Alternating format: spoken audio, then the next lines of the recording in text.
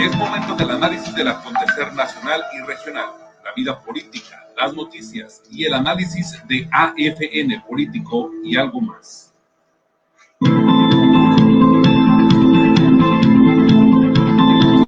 Es momento del análisis del acontecer nacional y regional, la vida política, las noticias y el análisis de AFN Político y algo más. Es momento del análisis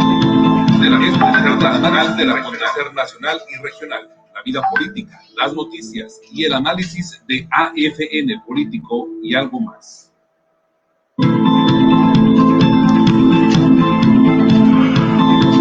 Es momento del análisis del acontecer nacional y regional, la vida política, las noticias y el análisis de AFN Político y algo más.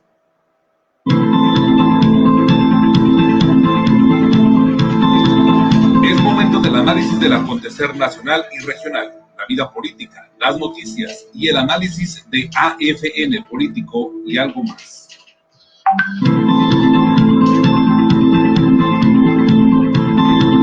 Es momento del análisis del acontecer nacional y regional, la vida política, las noticias y el análisis de AFN Político y algo más.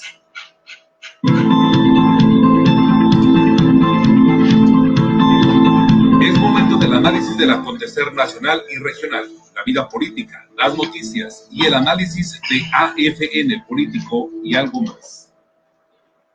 ¿Qué tal? Buenas tardes, gracias por acompañarnos en esta segunda edición de AFN Político y algo más, que es una producción de Agencia Fronteriza de Noticias y de su directora, nuestra compañera y amiga Dora Elena Cortés.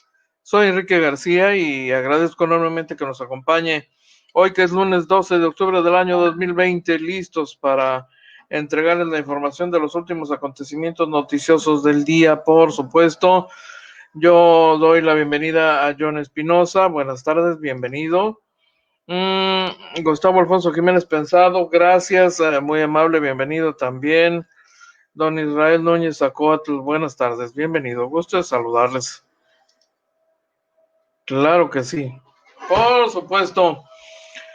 Oiga, pues sucede que hoy nos enteramos oficialmente que hubo algún accidente que provocó un apagón, algún choque contra una instalación eléctrica que dejó sin energía a una zona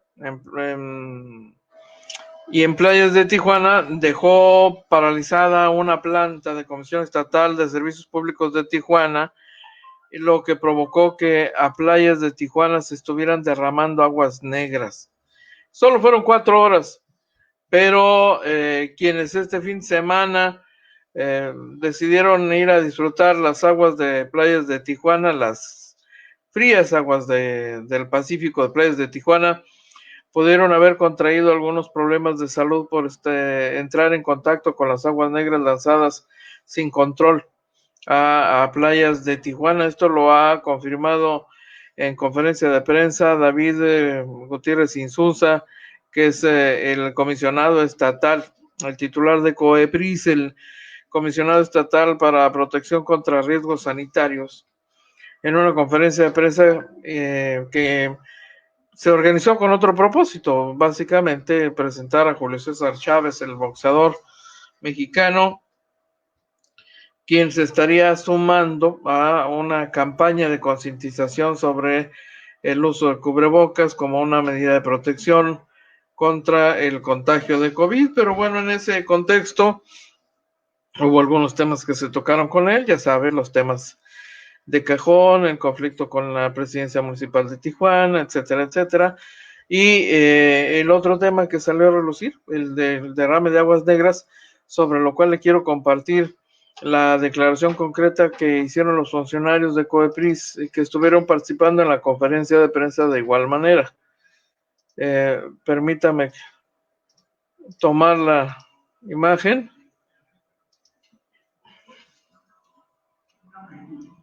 ¿Cuáles son los niveles de calidad del agua que se necesita para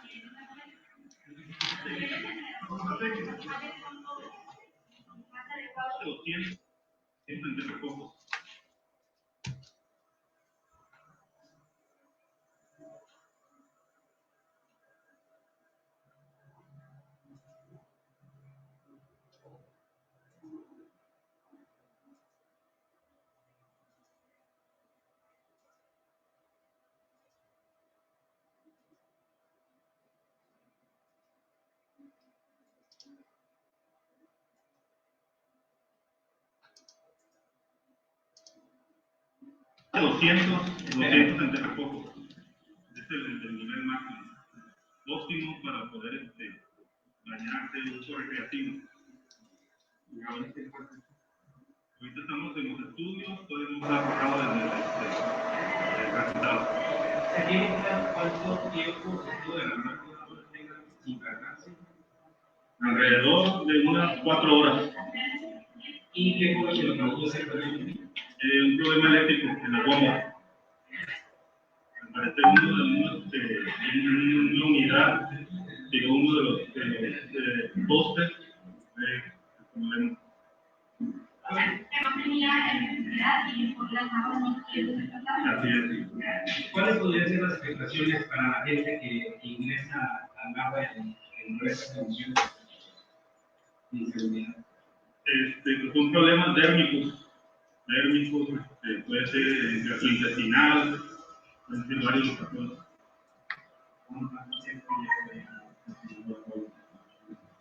Al parecer, ya en estos días ya deben de estar. ¿Estos días, 2, 3 días? ¿Alguna precisión? Yo creo que para mañana yo creo que ya están. Sí. No, de la sed.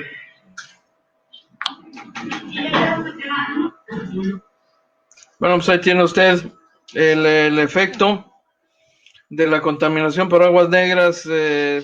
Pudo haber traído problemas de salud a los bañistas de fin de semana.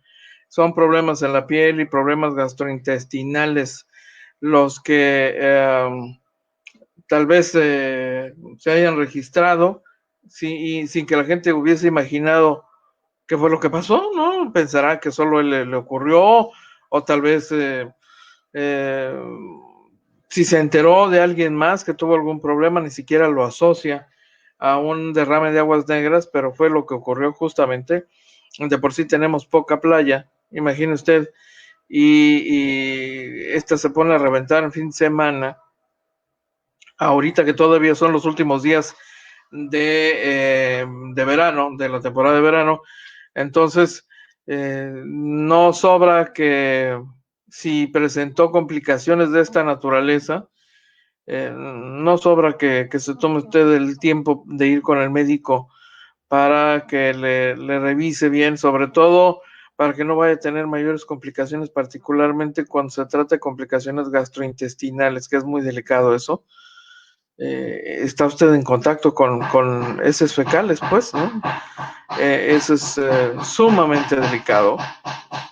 Más vale que no vaya incluso a afectar al resto de su familia. Pero ahí tiene usted el dato. COEPRIS de manera regular supervisa, monitorea la calidad del agua en la zona de playas, y en el pasado, cuando la autoridad ha detectado algún elemento contaminante que puede poner en riesgo la salud de los bañistas, las playas son cerradas por un tiempo también determinado. Lo fija la autoridad según el nivel de la afectación, pero esto fue extraordinario. Alguien chocó, aparentemente con un poste, dejó sin energía eléctrica a una zona, y ahí, justo donde estaba la planta de Comisión Estatal de Servicios Públicos. Así que espero que no haya sido usted uno de los bañistas de este fin de semana. Esperaríamos que no, de veras, ¿eh? Oiga, bueno, aquí están muy participativos esta mañana. Normita Martín, sí, alcancé a detectarlo, muchas gracias. Nos dejaron mudos, sí, ¿no? Dice Norma Martín, qué asco. ¿Se refiere a lo de Morena o a lo de las aguas negras en playas, eh? Sí, si es esto último, sí, qué asco. Yo coincido totalmente con usted, Norma. Oiga, otro tema, mire, de lo rescatable de fin de semana hay una presentación y una explicación que da Karen Postle-White, que es la secretaria de Desarrollo de Infraestructuras, Desarrollo Urbano Territorial en el Estado, responsable de algunas de las grandes obras de infraestructura por parte del gobierno estatal, presentando un reporte actualizado sobre el proceso para licitar el proyecto de contrato con una planta dispuesta a invertir en una generadora de energía de fuente voltaica, fotovoltaica. Ya salió humo blanco, se determinó que ya había una empresa que cumplió todos los requisitos y debe estar por firmarse finalmente ya el contrato, es la parte ya definitiva antes de empezar a trabajar. Es un proyecto que va a tomar un año, ¿eh? Es más, las empresas participantes en el proceso de licitación se comprometen a entregar la planta ya funcionando. Bueno, no a entregar la planta, se comprometen a tenerla funcionando justo en los últimos días de octubre, precisamente los últimos días de gobierno de Jaime Bonilla Valdés. Es un proyecto importantísimo porque va a garantizar abasto de energía eléctrica para el bombeo de agua del río Colorado a través del acueducto. Entonces, mire usted, una vez en operación, automáticamente el gobierno del estado se ahorraría dinero al contratar el abasto de energía eléctrica con esa planta. Es un proyecto de una inversión privada por completo.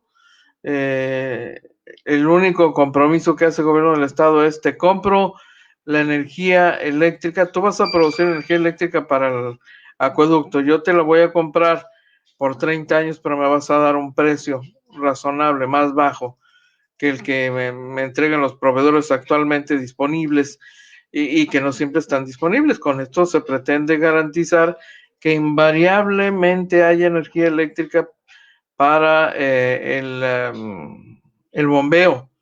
Con esto se estaría evitando problemas como los que estamos enfrentando en la zona costa en este momento.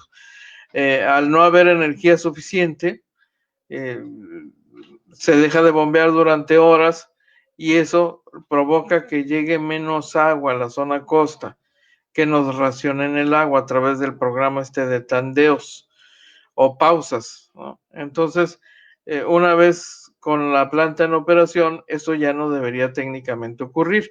Al terminar el contrato de, no sé, 30, 35 años, los que vayan a hacer, finalmente el gobierno del estado se queda como propietario de esa planta y ya solo tendrá que buscar su mantenimiento.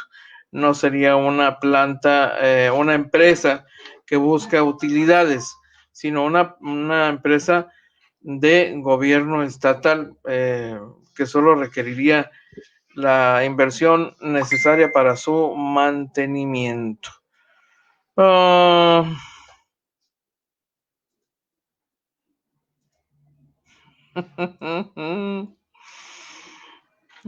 Le gana lo antiamno al amigo Espinosa. Por fin escuché algo alegre en eso de que Bonilla se va. Luis Pablo Esparza, desde Mexicali, nos acompaña. Saludos, buenas tardes, bienvenido. Y entonces le quiero compartir este reporte porque es un reporte muy minucioso, interesante, importante incluso, para que todos sepamos cuál es el avance de ese proyecto. Concretamente, a continuación, aquí lo tiene usted. Estamos pues muy contentos porque el resultado que teníamos proyectado obtener a partir de esta licitación, que tanto les platicamos anteriormente sobre la planta fotovoltaica con inversión privada para el desarrollo de generación de energía, pues ya sucedió todo el proceso de licitación y estuvimos el jueves, el día del fallo. Les platico un poquito cómo se tratan las licitaciones públicas. Primero se hizo una convocatoria nacional. Se inscriben y compran las bases, que son las reglas del juego, 18 empresas. Ya que leen las reglas del juego, 16 manifiestan estar interesados. Eso es muy bueno para Baja California, en términos de inversión, de deseabilidad. Claro. Ahora sí que contra los pronósticos de que las energías limpias están mal vistas en el país, pues obviamente al parecer no, 16 empresas participando. Y luego empieza una sesión de preguntas y respuestas envían bastantes preguntas y se contestan todas estas por correo y luego se sube al internet estas preguntas y respuestas. Luego existe una segunda junta de aclaraciones, otra vez preguntas y respuestas. Estas preguntas son en base a las reglas del juego que se llaman bases de licitación. Y finalmente, quienes se sienten seguros de poder participar fueron 7 empresas. 7 empresas entregan 3 sobres. Son documentos probatorios de que son empresas serias y que tienen la capacidad financiera para invertir lo que prometen hacer. Y entonces estos 3 sobres se entregan el día de la entrega de ofertas y se da un tiempo de una semana para analizar todo lo que presentaron. Entonces, en ese análisis te das cuenta que algunos no cumplen. Por lo tanto, en un sistema de puntaje dices, se le olvidó este papel, no trajo esa copia o no comprobó X cosa. De esas 7 empresas, solo se descalifican 4 por no cumplir con las características. Pero a esas alturas, no cumplir, ya sabían perfectamente lo que era todo lo necesario, ¿no? Sí. No entiendo eso. Es normal en las licitaciones públicas eso, Sí, Gobernador. pero Sí. más de la mitad de eliminarse ahí, porque no traían complementada la información que debían haber traído, porque sabían que se necesitaba, ¿no? Claro. Eso es lo que yo no entiendo. Ajá. Sí, sucede en las licitaciones públicas, esos son motivos de descalificación. Los que ya han participado en licitaciones públicas saben que uno de los requisitos que no cumplas es motivo de descalificación. Entonces ya se filtra, ¿verdad? Por ejemplo, que no tengas tus estados de cuenta dictaminados. Pero no traerlo cuando pagaron inclusive 250,000 pesos, algo así, ¿no? Por querer participar y no llevar todo, pues como que es muy incongruente, ¿no? Pues sucede, a falta de tiempo. ¿Tú lo habías visto eso? Así, de esa manera, que alguien paga por no llevar los documentos adecuados. Sí, hay unos que pagan por ver. Nada más dicen, por ver. Ajá, pagan por ver. Que básicamente fue esto, ¿no? Pues no, los que hicieron todo su esfuerzo, estas 7 empresas hicieron un esfuerzo muy grande. Pero no complementaron. Pero les faltó tantito, pues, ¿verdad? Tantito. O no hicieron el consorcio adecuado. ¿Tú crees que eso le restó a la competitividad de precio? No. ¿No? Para muestra un botón, ¿verdad? Entonces, le explico el proceso. Se abrieron 7, nos dimos a la tarea de revisar todo, vimos cuáles no califican. Y ahora, las que califican, de ninguna abrimos el sobre de precio. Porque estábamos en descalificación de características técnicas y financieras, ¿ok? O sea, que no se vio el precio de esas que se eliminaron. No. Entonces, el día del fallo, ¿qué haces? Muestras cuáles quedaron descalificadas y les regresa su sobre sin abrir, no se abre. Lo puedes abrir si quieres, si ahí ellos quieren abrirlo, no hay problema. ¿Pero no lo abrieron? No. Entonces nosotros les entregamos el sobre, oiga, aquí está. No puedo abrirlo, no me interesa abrirlo porque ya no calificaste. Aunque me lo regales, ya no calificaste porque ya no es justo para los que sí cumplieron. ¿Correcto? Entonces, se lo regresamos el sobre ahí. 2 empresas dijeron, no,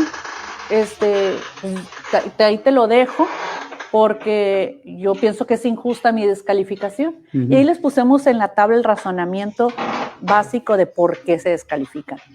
Para todos los que estaban ahí participando fue transparente y les pusimos, a ti te faltó el estado de cuenta dictaminado. Pero no hubo el que dijeran, no, yo sí lo presenté. No. ¿Reconocieron que no lo habían presentado? Sí, no hubo argumento. Y es que eso ya se llama una impugnación. Tienen derecho a impugnar.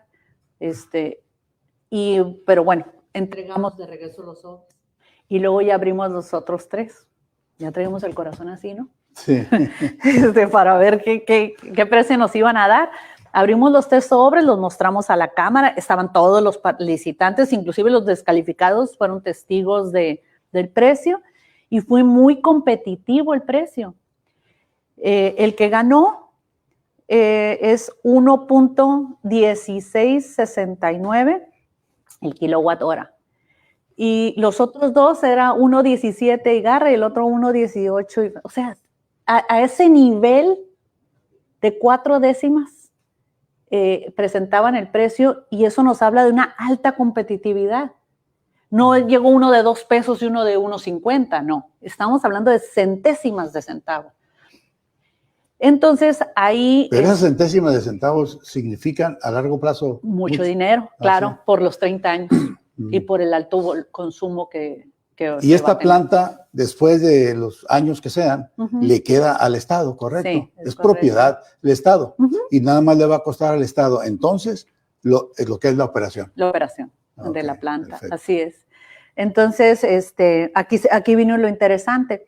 Ya abrimos la oferta técnica, oferta de precio, perdón, viene el resumen del precio promedio, pero lo acompaña una serie de formatos que son parte de la base de licitación, donde dicen cómo es técnicamente la propuesta, cómo es financieramente la propuesta, etcétera. Y es por eso que nos tomamos un receso, para analizar bien que sea realmente el precio promedio que ahí ponen. Entonces, 8 horas estuvimos en la deliberación. 8 horas. 8 horas, sí, y no nos llevaron de comer, ¿eh? Ah, ¿no nos dieron comer? No nos dieron ni agua, no entró nadie. A lo mejor era plan con maña para que lo hicieran rápido. Sí, por deshidratación. No, pero muy interesante. ¿Qué empresas son las últimas que quedaron? Quedó ESCO, que es una empresa de Baja California. Quedó GFE, que es una empresa de Guadalajara. No CFE, GFE. G de gato, F de foco, de Engineers. Y luego Next Energy. Next Energy es de Monterrey. Ella fue la empresa ganadora por precio. Por precio y por puntaje, porque eran dos características. Puntaje de... ¿Y ahora qué sigue? Ok, entonces ahora sigue la firma del contrato. El día 15 es el día de la firma del contrato. ¿El 15 de este mes? De este mes, sí. Esa fue la autorización. ¿Y están listas con el contrato? Estamos haciendo el contrato, viendo todas las características que deben de ser congruentes. A la licitación, pero además defender los intereses del Estado, obviamente. Por supuesto. ¿No? Todavía existen contratos que nunca llegan a la firma, ¿eh? Existe esa posibilidad. Porque no se ponen de acuerdo. Porque no se ponen de acuerdo, porque dice, yo propuse eso, pero quiero hacerlo así y así. No, compadre. Okay. Tiene que estar garantizado el beneficio del Estado. Claro. Y obviamente que ya nos probó que tiene la fuerza financiera, la fuerza técnica y el buen precio. Lo probó. Lo probó. Pero todo eso tiene que estar ahora en el contrato. Ya no es nomás una propuesta. Sí, claro. Es ahora, fírmame que sí lo vas a cumplir. El tiempo todos se comprometieron, los 3 que quedaron en la final, a cumplir la planta generando energía en la última quincena de octubre del 2021. Perfecto, que ya es la última quincena nuestra. Así es. Entonces, pues son buenas noticias para Baja California en términos de inversión. Viene cosas buenas en cuestión de energía. ¿Y qué opinó Mario Escobedo sobre esto? Pues anda brincando de puntitas. Anda contento. Pues es que él es el que de economía. Pues muchas gracias, secretaria. De nada, qué bueno que explicaste esto, muy importante. ¿Ahorita a dónde vamos? A la jornada en el Río Nuevo. Pero antes vamos a ir a otra parte. Ok. En el camino vamos a parar ahí enfrente de la UABC, esquina con el bosque de la ciudad. En el triangulito que existe ahí vamos a hacer la plantación del primer árbol para dar el banderazo del mejoramiento de imagen urbana de la Calzada de los Presidentes, ahí en el Río Nuevo, y de ahí nos vamos a la jornada para recibir a nuestro gobernador con mucho gusto. Ok, pues muchas gracias. Amigos, ya saben que la felicidad... Bueno, pues ahí tiene usted, la explicación nos sobra, por supuesto, regularmente no se acostumbra, o los gobiernos anteriores no acostumbraban dar explicación pública sobre este tipo de procesos que son importantes y que luego se prestan a malos entendidos, se presta a la sospecha de posibles arreglos para entregar contratos, las mochadas, etcétera, etcétera. Por lo menos ahí tiene usted además el dato importante de cuál es el estado en que se encuentra ese proyecto. No es hay que precisarlo, no es un proyecto que vaya a desarrollar el gobierno del estado, es un proyecto de empresa privada. el gobierno del estado simplemente dijo, palabras más, palabras menos, oigan, yo necesito energía eléctrica garantizada permanentemente y a buen precio, y al que me dé la mejor opción, se lo voy a comprar por 30 años o lo que se haya acordado finalmente. Y ese es el objetivo, básicamente. El que me traiga el mejor proyecto va a tener el contrato conmigo. Y eso es justamente lo que está por firmarse. Entonces, como puede usted ver, no sobra conocer los pormenores de un asunto tan importante, un proyecto tan importante que va a impedir por lo pronto que en lo sucesivo tengamos estas tandas, al menos por causa de la reducción en la energía eléctrica para la planta de bombeo. Es básicamente la razón por la que tenemos estas tandas. Nos tienen que racionar el agua debido a eso, ¿no? La obligación de parar las bombas una determinada cantidad de horas al día reduce la cantidad de agua que nos envían del río Colorado. Y entonces la tienen que racionar en la zona costa, y eso es justamente lo que se pretende evitar. Ojo, ¿vamos a seguir teniendo este problema el año que viene todavía? Sí, porque el año que viene aplicará la misma situación. Van a racionarnos la entrega de energía eléctrica en época de calor y otra vez nos van a someter a tandeo, muy probablemente, para entonces, a menos que de aquí entonces, Comisión Estatal de Servicios Públicos de Tijuana garantice un almacenamiento importante, superior al actual, suficiente para cubrir nuestras necesidades de agua potable sin necesidad de someternos al tandeo. Pero eso requeriría otro tipo de medidas y este proyecto específico lo que tiene como objetivo es garantizar suministro permanente, llueva o truene, siempre energía disponible suficiente para el bombeo del agua potable del acueducto Río Colorado. ¿Quién más anda por aquí para saludar? Israel Núñez Acuatl, por supuesto, también nos acompaña hoy.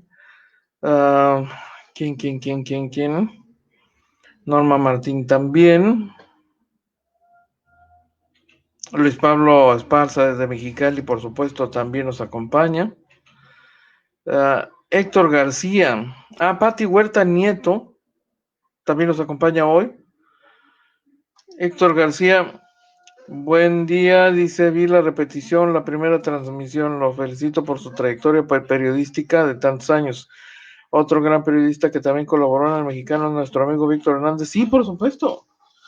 El licenciado, perdóneme, ya le tengo que decir licenciado porque ya es licenciado, es abogado. Efectivamente, colaboró en El Mexicano mucho tiempo, pero su primera experiencia periodística fue en ABC. Ahí nos conocimos Víctor Manuel Hernández López y un servidor. Ahí coincidimos justamente en 1977. Desde entonces, sí, aunque, es más, de hecho nos conocimos un poco antes, incluso, antes de la experiencia del periódico. Nos conocimos en radio, tenemos amigos mutuos en radio, en RCN. Teníamos amigos mutuos en RCN. Locutores, el gerente general. Yo tuve el privilegio de la amistad con Rafael Cuthberto Navarro. Rafael Navarro Arronte, hijo del fundador de Radio Cadena Nacional. Su hijo eligió esta región para venir a vivir y aquí manejó 3 radiodifusoras de la cadena, de Radio Cadena Nacional, y eso, por ejemplo, hacía que con alguna frecuencia los artistas de Radio Cadena Nacional vinieran y transmitieran desde Tijuana, desde Baja California. Aquí llegamos a saludar a personajes que dieron vida, a hombres de la radio que dieron vida a personajes de las radionovelas y de series, no solo radionovelas, sino de series. de Radio Cadena Nacional. Isidro Lace era uno de ellos, por supuesto. Llegamos a saludarlo aquí y ahí nos conocimos precisamente Víctor Manuel Hernández López y un servidor, y trabajamos juntos en el periódico ABC. Así que fue, sí, muy, muy interesante experiencia. Sigue activo el licenciado Víctor Hernández Flores, Víctor Manuel Hernández López, perdóneme. Tiene una columna, huésped en el periódico El Sol de Tijuana. Litiga algunos asuntos, es abogado. Así que sigue activo el amigo Víctor Hernández. Y lo saludamos desde aquí. Un abrazo afectuoso le enviamos como siempre, él lo sabe. José Evaristo Cepeda, buenas tardes, saludos, bienvenido, defensor de derechos humanos, dice aquí. Don José Evaristo Cepeda, bienvenido. Pues es que lo desconocí, trae cubrebocas, ya cambió la foto de su Facebook. Antonio Carpio, buenas tardes, desde Pórticos del Lago, donde sí tenemos agua. O sea, sorry for you, lo siento por los que no tienen agüita. El amigo Antonio Carpio sí tiene agua. Muy bien. Voy a la pausa, rapidito regreso. ¿Tienes pendiente el pago de tu predial? Obtén el beneficio de 0 multas y 0 recargos al Real. Buenas noticias. Si aún tienes pendiente el pago de tu predial, obtén el beneficio de 0 multas y 0 recargos al realizarlo durante agosto y septiembre. Ahora puedes hacerlo desde la comodidad de tu casa. Que no se te pase. Aún estás a tiempo de contribuir para que Tijuana sea una mejor ciudad para ti y para todos. Realiza tu pago en línea ingresando a www.tijuana.gov.mx. Así de sencillo es cumplir. Hoy, todos por Tijuana. Lo que esperabas, 0 recargos. Aprovecha la oportunidad que te ofrece el gobierno del estado y ponte al corriente en tu adeudo del agua. Paga desde la aplicación móvil de CESPET en www.cespt.gov.mx o en tiempo real en los establecimientos autorizados. CEPROA y Comisión Estatal de Servicios Públicos de Tijuana. Gobierno del estado. Genera bienestar. Gracias por continuar con nosotros. Oiga, le quiero compartir una información nacional que es relevante para muchísima gente. Mire, hay un proyecto legislativo propuesto por Morena en el Poder Legislativo Federal en la Cámara de Diputados. Un grupo de diputados está preparando, así, por la vía fast track, una serie de reformas sobre Infonavit. Este dictamen va a ser debatido justamente mañana y tiene el propósito de eliminar intermediarios para que los trabajadores accedan a créditos. Por supuesto, la Cámara Nacional de la Vivienda está más que encantada frotándose las manos, dice, estamos preparados, porque eso significa, en condiciones de pandemia, pues chamba, ¿no? Créditos para construir vivienda, pues los constructores están fascinados por la posibilidad de que haya la factibilidad de trabajar. Con cambios mínimos y en menos de 6 días, los diputados federales han estado preparando la aprobación de esta iniciativa que envió el presidente López Obrador para que los trabajadores reciban directamente y sin intermediarios los créditos a la vivienda que soliciten ante Infonavit. También los trabajadores afiliados a Aliste, perdone usted, y apenas el jueves pasado, el Pleno de la Cámara de Diputados recibió el documento, lo turnó a la Comisión de Vivienda para que hiciera el dictamen correspondiente y de igual manera se remitió a la Comisión de Seguridad Social para su opinión. Por supuesto, ya lo tienen prácticamente listo. Será debatido y en su caso aprobado mañana. Si es avalado, se remite a la presidencia de la mesa directiva de la Cámara de Diputados para su aval. La iniciativa especifica que al recibir el monto del crédito sin intermediarios, el trabajador podrá elegir de qué manera utilizar su crédito, punto.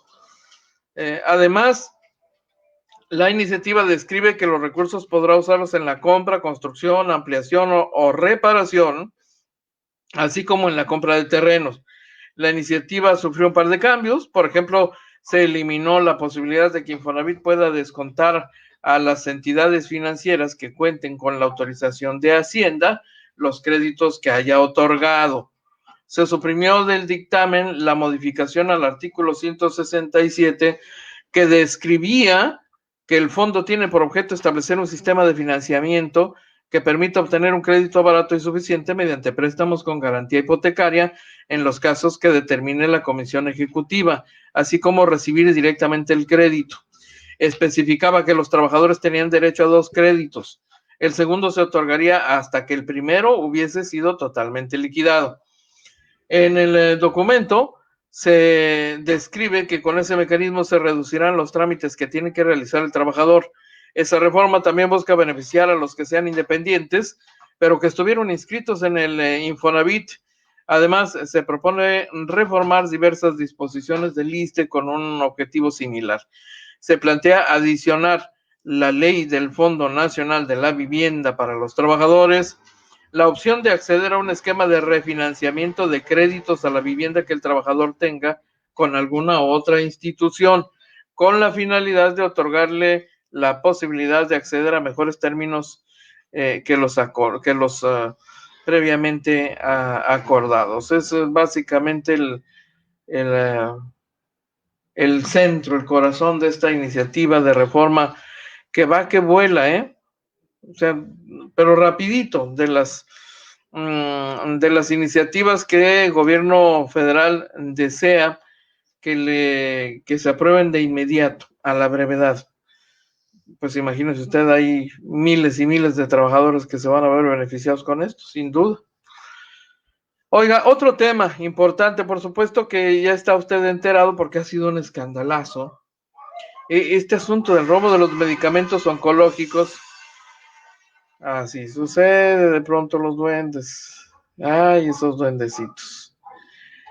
Los vamos a desterrar de aquí a esos duendes. ¿No?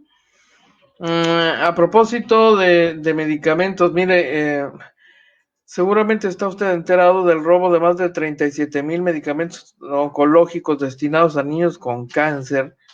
Esto es francamente una audacia, déjeme decirle, que ha puesto en marcha al gobierno federal con todo su poder para localizar a los delincuentes, pero sobre todo el cargamento robado de las instalaciones de la empresa Novak Infancia SADCB, y este robo pues se refiere a medicamentos que, como todos sabemos, han sido difíciles de conseguir. Se compraron, por ejemplo, en Argentina. Muchísimos de ellos son medicamentos carísimos y el país ha venido padeciendo la escasez de medicamentos oncológicos, razón por la que muchos niños están en riesgo de morir porque vieron interrumpidos sus tratamientos. Imagínense nada más terrible este asunto. Estos medicamentos estaban destinados específicamente para los niños con cáncer. Son medicamentos oncológicos fabricados por la empresa Laboratorio Chemex y distribuidos por la empresa Novak Infancia. Estos medicamentos deben ser recetados y aplicados bajo supervisión y control de los profesionales de la salud al público en general, y esta es una advertencia, una alerta que ha hecho la autoridad. Si se los han ofrecido por ahí, eventualmente a precio más bajo, tenga usted mucho cuidado porque se está arriesgando. No sabe usted en qué condiciones estuvieron en el poder de los delincuentes estos medicamentos, si los tuvieron bajo resguardo apropiado, porque en todo caso se degrada el medicamento y no cumple el objetivo para el que debía aplicarse. Son medicamentos de uso exclusivo del sector salud, todas las instituciones, así que tampoco pueden ser encontrados en farmacias particulares, hospitales privados o internet o en redes sociales, nada de eso. No están disponibles, no deberían estarlos, pero si usted se entera de que lo están, entonces debería saber que hay un posible riesgo. Hoy mismo el secretario de Salud de Baja California, el doctor Alonso Peralrico, hacía notar los riesgos de comprar medicamentos que pueden estar aparentemente a un precio muy atractivo, pero que no se sabe si podrían estar contaminados o si fueron sometidos, por ejemplo, a temperaturas más altas de lo permitido, lo que puede afectar la calidad del medicamento. Puede haber muchas consecuencias, pues. El presidente de la República ha encomendado esto a las autoridades de seguridad pública de su administración para que a la brevedad detecten, a la mayor brevedad, detecten a los delincuentes. Se supone que al menos un grupo de 10 o 15 ladrones irrumpieron en el almacén de medicamentos allá en la alcaldía de Iztapalapa. Se trasladaron en 3 tractocamiones, una camioneta de carga, una camioneta express, y algunos de ellos se encontraban armados. Amagaron a los trabajadores que estaban en el sitio, los golpearon, los amarraron y los encerraron en un cuarto. Es decir, se trata de crimen organizado. ¿Cuáles son algunos de los medicamentos? A ver si...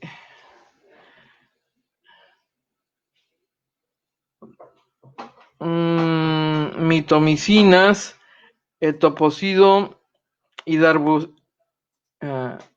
hidarubicina, oxaliplatino, ciclofosfamida, son algunos de los medicamentos, y pues son 37,000 en total, 37,000. Eso es un cuadro como de unos 10 productos en promedio. Daunorubicina es otro de los productos. Son frascos conteniendo medicamento para su aplicación. Epirubicina es otro producto. La mayor, pues todos andan en el orden de los 4,000, 5,000. El volumen de cada uno de los productos, las cantidades, pues, el número de piezas o cajas para tenerlo claro. Fue un golpazazo enorme, ¿eh? Y hasta ahorita no hay, y permítame verificarlo, que se sepa, no hay noticia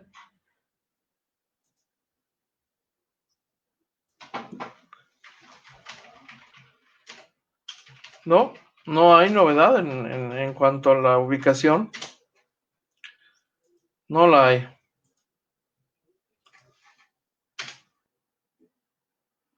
Lo que sí dijo el presidente López Obrador es que era muy, muy raro el robo de medicamentos para niños con cáncer. Muy raro, eso fue lo que dijo, ¿no? Fueron traídos de Argentina. Dice que no puede hablar más sobre el tema.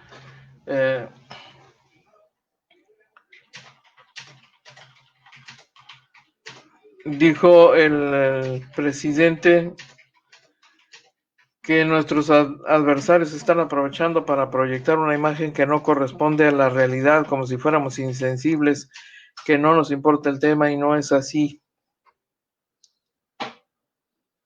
Y reitera, se están haciendo las investigaciones, se está avanzando y se va a concluir toda la indagatoria, pero sí se llevó a cabo este robo de medicamentos. Nos costó conseguir estos medicamentos. Los trajimos de Argentina. Esto está muy raro. Nos roban una bodega de estos medicamentos, pero no dice más. No soltó prenda el presidente López Obrador. No soltó prenda. Un mensaje que hoy envió Porfirio Muñoz Ledo al presidente de la República a propósito del proceso interno que se vive en Morena para definir quién será el presidente de este partido, el dirigente nacional. Advirtió que en los próximos días tomará posesión de la presidencia nacional de Morena en una sede alterna. Dijo el presidente Andrés Manuel López Obrador que si quiere tener partido, que lo deje actuar y lo apoye. Si el presidente quiere partido, que me deje actuar. que me apoye. Hay poco partido porque hay mucho movimiento, expresó Muñoz Ledo en conferencia, luego de cancelar su toma de protesta como presidente de Morena ante la toma de la sede del partido en la colonia Roma. Muñoz Ledo canceló su llegada a Morena debido a que la sede fue bloqueada por un grupo de mujeres feministas, aunque también había simpatizantes del diputado. En conferencia de prensa virtual y acompañado de la senadora Ifigenia Martínez, Muñoz Ledo anunció que en los próximos días retirará protesta porque él es el ganador legítimo. Acusó a Mario Delgado de inyectar millonadas de dinero. Tienen dinero sin límite, dice que somos el partido de la austeridad republicana, pero esa, la de Mario Delgado, es la campaña más cara, dijo. No precisó qué día y en qué lugar buscará tomar posesión. Está presionando, pues, Porfirio Muñoz Ledo. Ya se planteó, bueno, el asunto fue llevado a tribunales para que se determine si las cosas deben quedar así de ese tamaño o qué, ¿no? Hoy es el Día de la Raza.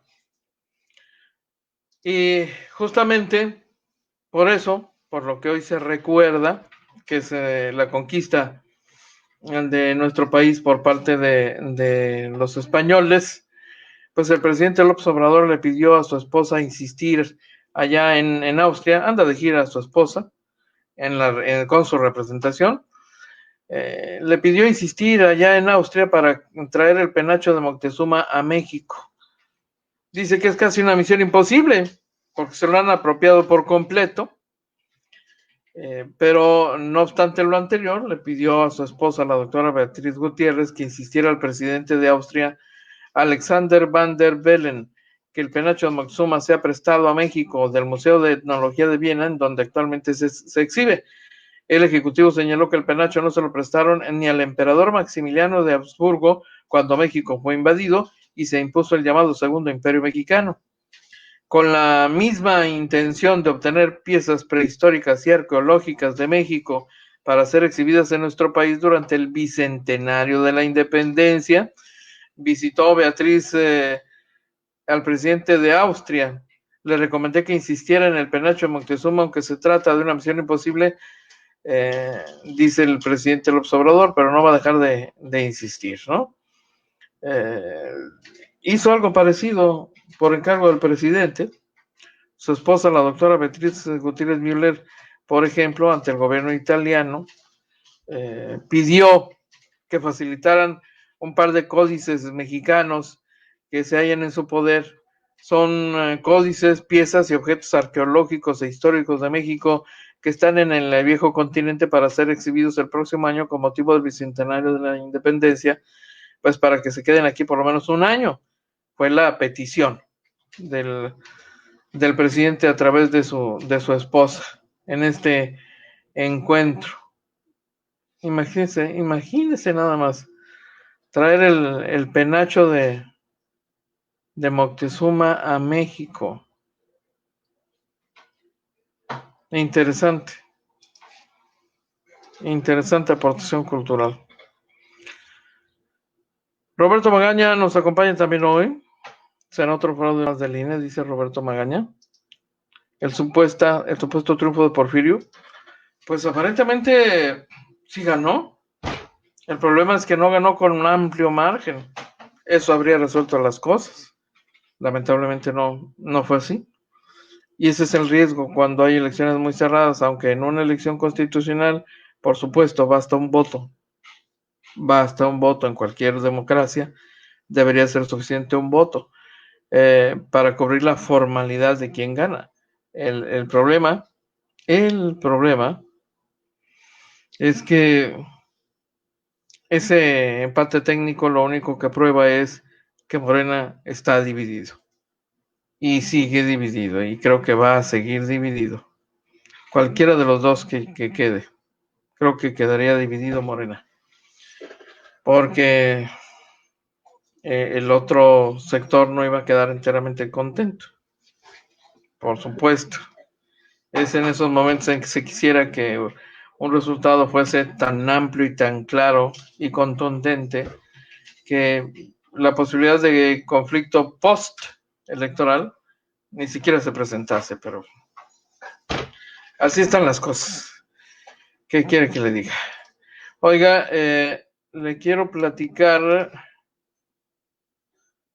A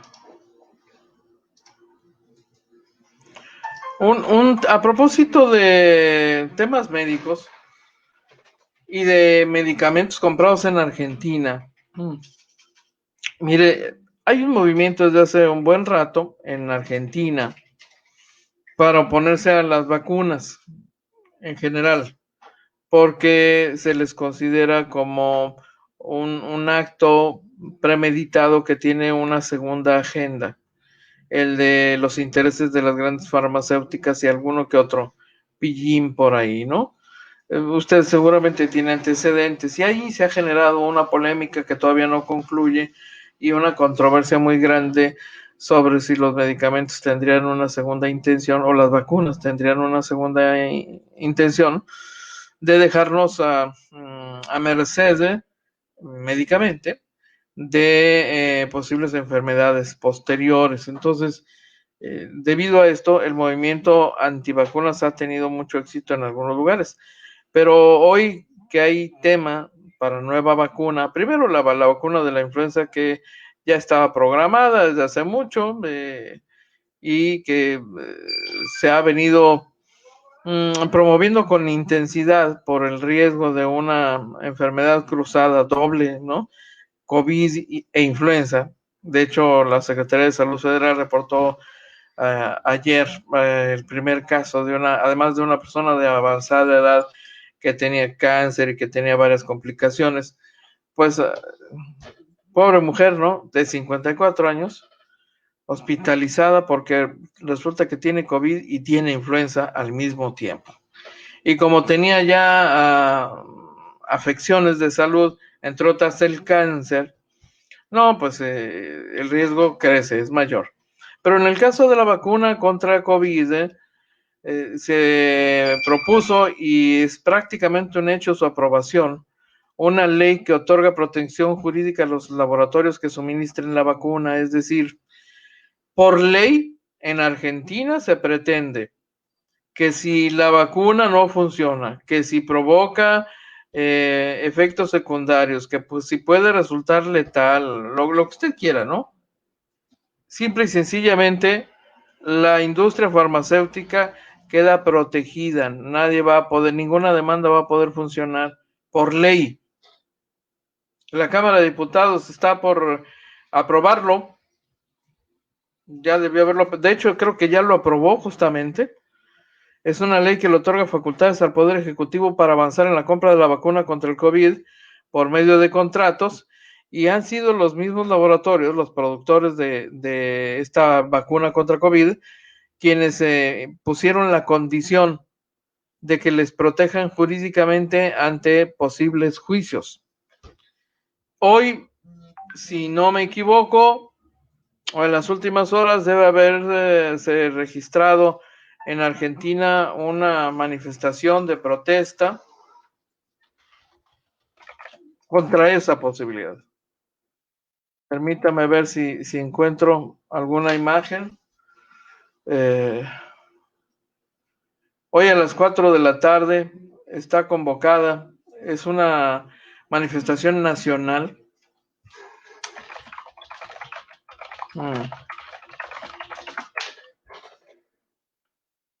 Efectivamente.